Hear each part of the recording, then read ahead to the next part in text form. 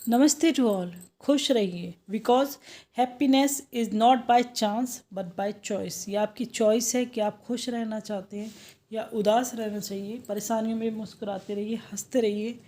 परेशानियों को भी कंफ्यूज कर दीजिएगा कि हम तो खुश हैं। बात टॉपिक पे आते हैं सीधे से सीधे। जब हम कोई एग्ज़ाम दे रहे हैं तो कोई एक टॉपिक होता है, हमारे सामने रख दिया जाता है। एग्ज़ाम इंग्लिश ग्रामर से रिलेटेड कोई सा भी हो सकता है, पर क्वेश्चन आपके सामने किस तरह से रखा जाएगा। पहली लाइन में देखो, choose the word which is most nearly. Choose कीजिए वर्ड को जो मोस्ट नियर हो the same in meaning as the word given. कोई भी वर्ड आपको दे दिया जाएगा यहाँ पर। इसके बाद कि इस जो चूज़ कीजिए वर्ड को विच इज़ मोस्ट नियरली, जो बिल्कुल पास का है, द सेम मीनिंग में जो वर्ड आपको दे रखा है उसके इस वर्ड के जैसा कोई भी वर्ड जैसे यहाँ पर लिख दिया जाएगा और आपको पूछ लिया जाता है कि इस वर्ड के नियर मीनिंग वाला वर्ड, सेम मीनिंग वाला वर्ड बताइए। एक तरीका ये होता है। दूसरा होता है इसी क्वेश्चन को दूसरे तरीके से पूछा जाता है, what is the correct meaning of the word. कोई भी वर्ड यहाँ पर दे दिया जाएगा, मान लो एड्रॉइड है, ये वर्ड दे दिया कि करेक्ट मीनिंग इसका ढूंढिए, मीन्स इसके जैसा मीनिंग ढूंढिए, इसके जैसा अर्थ वाला मीनिंग ढूंढिए वर्ड। ऑप्शन दे दिए जाएंगे 4 या 5 भी आते हैं कुछ एग्जाम्स में। Choose the word nearest in meaning to. यहाँ भी मैं एड्रॉइड लिख दूँ तो इसमें भी क्या, choose the word nearest meaning, जो इसके नियर मीनिंग वाला हो, एड्रॉइड के इस वर्ड के जो नियर मीनिंग वाला हो, मतलब इसके समानार्थी जो हो। Next, the synonym of the word. यहाँ हमारे लिए पहचानना होता है आसान। यहाँ थोड़ा सा डाउट हो जाता है, ये क्या आप पूछ ले, क्योंकि कुछ स्टूडेंट्स को होता है, हर किसी को नहीं होता पर बहुत सौ को हो जाता है। लेकिन यहाँ तो सीधा सीधा सिनोनियम लिख दिया। अब आप इसको समझ सकते हैं कि ये क्या कहना चाह रहे। मीन्स हमारा टॉपिक सिनोनियम होता है, मीन्स पर्यायवाची। लेकिन इसी सिनोनियम्स को पूछा कितने तरीके से जा सकता है, यहाँ ये चीज़ हमारी सोचने की हो जाती है। जब हम हाई लेवल का, मीन्स एक तरह से देखें नेट का, या जो ये बैंक वाले होते हैं, पीओ वाले होते हैं, स्टेनो वाले होते हैं, आईआईटीएम के जो एग्ज़ाम होते हैं, उनमें जब ये क्वेश्चन रखा जाता है तो वो इस तरीके से रखा जाता है, थोड़ा सा लंबा सा कर देंगे। उसकी बात वही है कि मीनिंग पूछ रहे हैं सेम पास वाला मीनिंग, लेकिन उसको थोड़ा सा टफ कर दिया जाता है। पेपर को, एग्ज़ाम पेपर को थोड़ा सा बड़ा करके रख दिया जाता है, थोड़ा भारी भरकम कर दिया जाता है इस तरह की लाइनों से कि जो थोड़ा सा कंफ्यूज कर दे। मतलब क्या है पूछने का, कि पूछने का मतलब सीधा सीधा है कि सिनोनियम्स पूछे जा रहे हैं, पर्यायवाची पूछी जा रही है। वही चीज़ जब टैट टीजीटी पीजीटी में चलती है तो इस तरह से आ गए या इस तरह से आगे आ जाते। वही चीज़ जब टैट में जाती है तो सीधे से पूछा जाता है, टैट में तो मोस्टली कि सिनोनियम्स बता दो इस वर्ड का क्या है। ये तरीका था, पूछा आपसे सिनोनियम्स ही जाएगा, चाहे वो टीजीटी हो, चाहे टैट हो, चाहे नेट हो, चाहे केवीएस हो, चाहे सिविल सर्विसेज का कोई भी एग्ज़ाम हो, पूछे आपसे सिनोनियम्स ही जाते हैं। नियरेस्ट मीनिंग क्या होता है, करेक्ट मीनिंग क्या होता है कि जो इसके समान वाला, जो जिसका सही मीनिंग हो, इसके जैसा सही मीनिंग हो। वही देखिए कितना लंबा चौड़ा यहाँ पर ये वाला क्वेश्चन का तरीका है। पूछिए सिनोनिम मेरे है, लेकिन read the list of word given below and choose from the option A to D. कहीं कहीं ई भी आता है, कुछ एग्जाम्स होते हैं जिनमें 5 ऑप्शन भी होते हैं, जैसे झारखंड का होता है मेनली। तो A to D the word that is similar in meaning to the word given in capital letters. कितना लंबा चौड़ा पूछ क्या रहा है, सीधे सीधे सिनोनियम्स नहीं कहा इन्होंने। तो क्या होता है, क्योंकि एग्ज़ाम टाइम पे स्टूडेंट का बहुत सा सेट इस तरह होता है माइंड कि या तो प्रेशर समझ लीजिए, या जो भी है भाग दौड़ है, जो भी अपनी पर्सनल प्रॉब्लम है या कुछ भी है, वो इसमें कुछ तो इसे देख के डर जाते हैं कि पता नहीं क्या पूछ लिया तो आगे चलो, कि हमारे मतलब की चीज़ नहीं समझ में आ रहा। लेकिन पूछने का मतलब ये है कि सिमिलर अगर आपसे मीनिंग पूछा जा रहा है, नियरेस्ट मीनिंग पूछा जा रहा है, करेक्ट मीनिंग पूछा जा रहा है, या सेम इन मीनिंग पूछा जा रहा है, तो क्या पूछा जा रहा है आपसे, सिनोनियम्स या पर्यायवाची पूछे जा रहे हैं।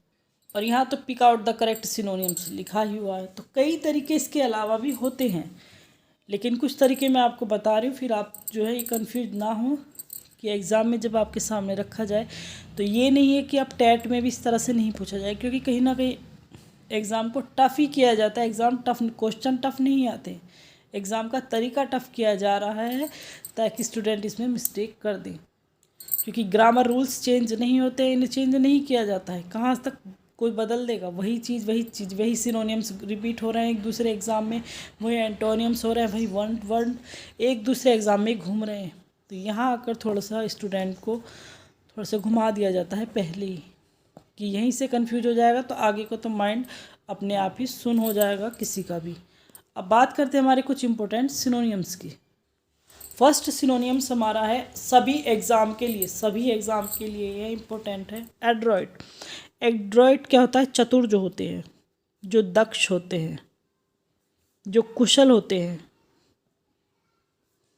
या जो बुद्धिमान होते हैं, वो एड्रॉइड होता है। अब इसी को हिंदी अगर हमें पता है तो बुद्धिमान, इंटेलिजेंट तो हम समझ ही लेंगे। एक क्या हो, क्लेवर को क्या बोलेंगे? चतुर हो गया, ठीक है। इसी तरह क्या होता है? स्किलफुल,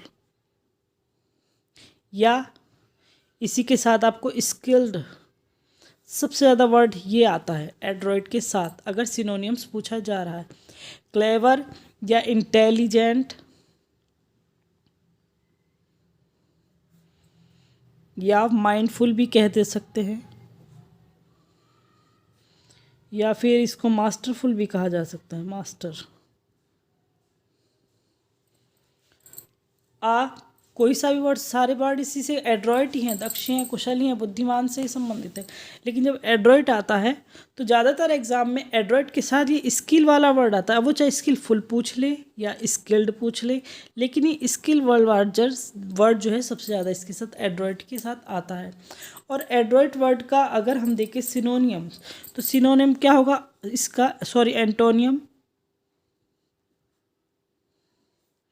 इसका क्या होगा? अनस्किल्ड या स्टूपिड। सिनोनियम इसका उल्टा कर दीजिए, अनस्किल्ड होगा, स्टूपिड होगा, मूर्ख होगा, जो अनइंटेलिजेंट हो जाएगा। लेकिन एक ये भी है कि एड्रॉइड जब पूछा जाता है तो ज़्यादातर ये सिनोनियम्स में ही पूछा जाता है। इसका एंटोनियम बल्कि पूछा ही नहीं गया, मुझे लग रहा है आज तक किसी भी एग्ज़ाम में पूछा ही नहीं गया। एड्रॉइड का सिनोनियम ही ज़्यादा आपसे पूछा जाएगा और इम्पोर्टेंट वर्ड है सभी ग्रामर वाले एग्ज़ाम के लिए, सभी कंपटीशन एग्ज़ाम के लिए जो ग्रामर का जहाँ पर है सभी के लिए। नेक्स्ट वर्ड हमारा म्यूनिफिसेंट। म्यूनिफिसेंट जो वर्ड होता है बहुत इम्पोर्टेंट वर्ड है सभी के लिए और बहुत ट्रेंडिंग वर्ड ये है। ट्रेंड में ये वर्ड रहता है, कब आ जाए कोई इसका मतलब नहीं पता, लेकिन ये ट्रेंडिंग वर्ड है, इम्पोर्टेंट वर्ड है बहुत ज़्यादा। ये क्या होता है? इसकी हिंदी क्या होती है? उदार। जो उदार होता है, जो जेनरस होता है, जिसके हृदय में दया होती है, जो ओपन हैंडेड होता है, कि जो दानवीर हो गया, जो दान कर रहा है, ओपन हैंडेड दया, जिसके हृदय में दया है, जो उदार है। जैसे एक मुन्नी कैरेक्टर था भाई बजरंगी भाईजान मूवी में, वही सेम कैरेक्टर वही चीज़ ये है। जैसी वो मुन्नी थी बेचारी, सिंपल सी, क्यूट सी, अच्छी सी, ऐसा ये वर्ड है। सेंटेंस कैसे बनता है? ही वॉज वेरी म्यूनिफिसेंट, वो बहुत उदार था। इस तरह का इसका सेंटेंस में हम यूज़ करते, अपनी लैंग्वेज में हम यूज़ कर सकते हैं। अब इसके जो हम सिनोनियम्स देखें,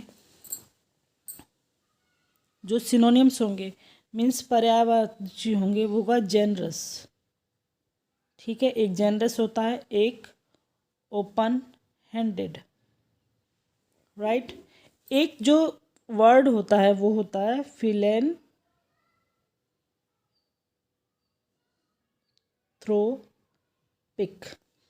ये वर्ड अपने आप में वैल्यूएबल है, फिलैन्थ्रोपिक। ये वन वर्ड में भी आ जाता है कि जो उदार होता है उसे क्या कहते, वन हु इज़ म्यूनिफिसेंट उसे क्या कहा जाए? फिलैन्थ्रोपिक। फिलैन्थ्रोपिक वर्ड जो होता है वो उदार जो पर्सन होता है, जो उदार इंसान होता है उसके लिए आता है। वहीं अब इसका अपोजिट देखें, जो अपोजिट होता है मीनिंग में इसके जो एंटोनियम्स होगा, तो एंटोनियम्स में इसके मिजरली सबसे ज़्यादा ये वर्ड इसके साथ आता है। अगर एंटोनियम पूछा जाता है म्यूनिफिसेंट का तो ये वर्ड सबसे ज़्यादा यूज़ किया जाता है।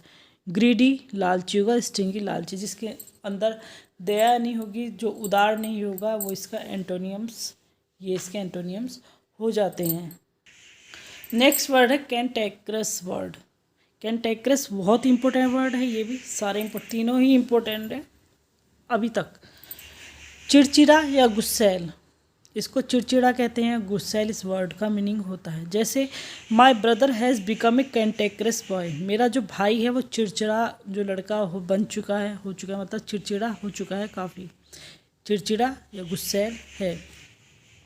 सिनोनियम्स देखें इसी के तो क्वेरलसम जो झगड़ालू होता है, अनप्लीजेंट जो खुश नहीं रहता मतलब चिड़चिड़ा सा रहता है, इरिटेबल जो इरिटेट करता है, ग्रची यही जो गुस्से वाला चिड़चिड़ा होता है, परेशान एक तरह से जिसका पता ही नहीं रहता, अंदर से जला फूका बैठा रहता है जो, बैड टेम्पर जिसका टेम्पर जो नेचर या बैड टेम्पर हो, बैड जो है नेचर्ड हो, सेम ही है जिसका नेचर सही नहीं होता। लेकिन कैंटेक्रस वर्ड के साथ क्वेरलसम सबसे ज़्यादा पूछा जाता है कि इसका क्वेरलसम का जो सिनोनियम क्वेरलसम है होता है।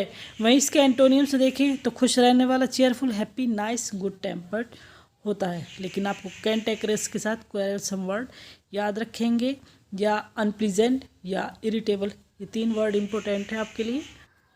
नेक्स्ट वर्ड है सेंटिमोनियस वर्ड। सेंटिमोनियस वर्ड का होता है जो एक तरह से पाखंडी हो जाता है, दिखावट करने वाला, दिखावटी होता है या पाखंडी होता है, या फिर जो धर्माभिमानी होते हैं,